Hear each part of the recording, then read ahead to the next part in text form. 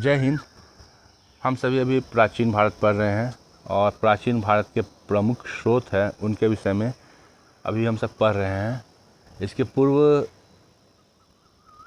3 topic हम सब ने कंप्लीट कर लिया है, जिसमें धर्म ग्रंथों से मिलने वाली महत्वपूर्ण जानकारियाँ थी और आज का ये टॉपिक विदेशी यात्रियों से मिलने वाली महत्वपूर्ण जानकारियाँ हैं। तो स्टार्ट करते हैं।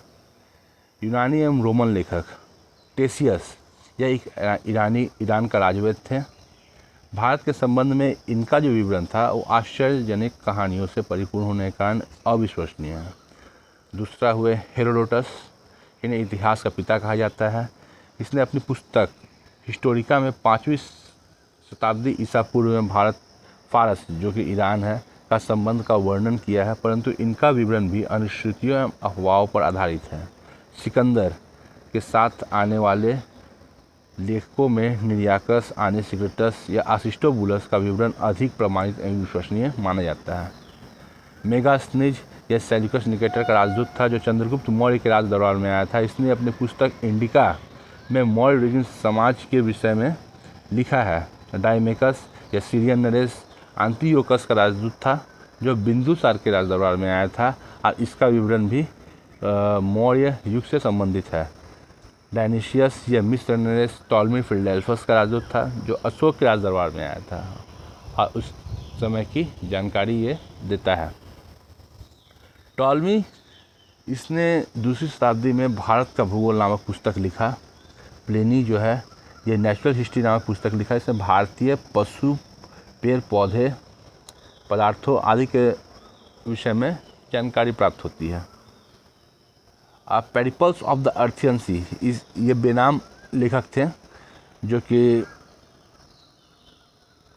80 ईस्वी में हिंद सागर की यात्रा पर आए थे। उस समय के भारतीय बंदरगाहों एवं व्यापारिक वस्तुओं की जानकारी देते हैं। अब चीनी लेखक के विषय में पढ़ते हैं। चीनी लेखक फाहियान, यह चीनी यात्री गुप्त नरेश चंद्रगुप्त द्वितीय के दरबार में आया था। इसने अपने विवरण में मध्य प्रदेश समाज की संस्कृति के बारे में वर्णन किया है। इसने मध्य प्रदेश की जनता को बहुत समृद्ध बताया है। ये 14 वर्षों तक भारत की यात्रा पर थे। अब संयुंगन जो थे ये 518 ईस्वी में भारत आए थे। अपने 3 वर्षों की यात्रा में मुख्यतः बौद्ध धर्म की प्राप्तियां एकत्रित करने के लिए ही आए थे। हेनसांग जो थे वो हर्षवर्धन शासनकाल में भारत आए थे। लगभग 629 ईस्वी में चीन से यात्रा प्रारंभ किया था और 1 वर्ष बाद यानी 630 ईस्वी में भारत आए थे। ये सर्वप्रथम भारतीय राज कपीस पहुँचे थे। भारत में 15 वर्ष ठहरकर 645 में चीन लौट गए थे। वह बिहार के नालंदा जिला स्थित नालंदा विश्वविद्यालय में अध्ययन करने तथा भारत से बौद्ध ग्रंथों को एकत्रित कर ले जाने के लिए आए थे। इनका जो वृत्तांत है, जो भ्रमण वृत्तांत है, सीयूकी के नाम से प्रसिद्ध है, जिसमें 138 देशों का विवरण मिलता है।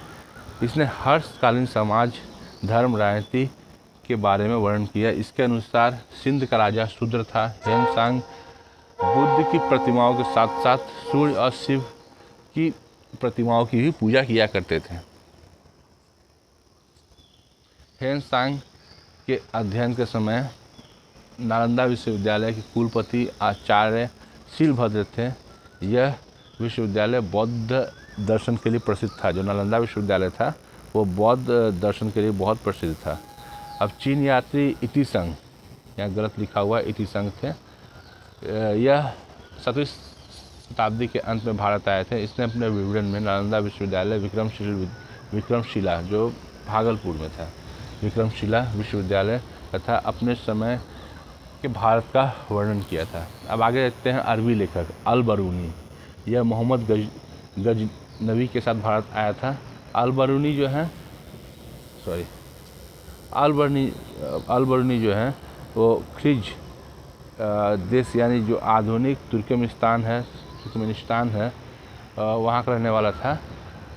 अरबी में लिखी गई उसकी कृति जो है किताब उल हिंद या तहकीके हिंद भारत की खोज आज भी इतिहासकारों के लिए महत्वपूर्ण स्रोत है। यह एक विस्तृत ग्रंथ है जो धर्म, दर्शन, त्यौहार, खगोल विज्ञान, कीमिया, राजनीति, रीति रिवाज, प्रथाओं, सामाजिक जीवन, भार तौल, माप, विधियाँ, मूर्तिकला, कानून, मानचित्र, विज्ञान आदि के विषय में है। इसमें राजपूत कालीन समाज, धर्म, राजनीति पर बहुत सुंदर प्रकाश डाला गया है। इब्न बतूता जो है, इसके द्वारा अरबी भाषा में लिखा गया उसका यात्रा वृत्तांत, जिसे रहला कहा जाता है, रहला 14वीं शताब्दी में भारतीय उपमहाद्वीप के सामाजिक तथा सांस्कृतिक जीवन के विषय में बहुत ही प्रचुर तथा सबसे रोचक जानकारी देता है। 1333 में दिल्ली पहुंचने पर इसकी विद्वता इतना ज्ञानी था कि इसका विद्वता से प्रभावित होकर मोहम्मद बिन तुगलक ने उन्हें काजी या न्यायाधीश नियुक्त किया था। अब और भी अन्य लेखक थे। तारानाथ जो थे एक तिब्बती लेखक थे। इसने त्युंगर नामक 2 ग्रंथ जो हैं उसकी रचना की थी। इसमें भारतीय इतिहास की जानकारी मिलती है। मार्को पोलो यह 13वीं शताब्दी के अंत में पांड्य देश की यात्रा पर आया था और पांड्य इतिहास के अध्ययन के लिए उपयोगी है। अब इन विदेशी यात्री इतिहासकारों के विवरण से हमें प्राचीन भारतीय इतिहास या मध्यकाल जो हमारा इतिहास है उसके विषय में जानकारी मिलती है। और आगे का जो टॉपिक है वो हम आगे की वीडियो में डिस्कस करेंगे। धन्यवाद।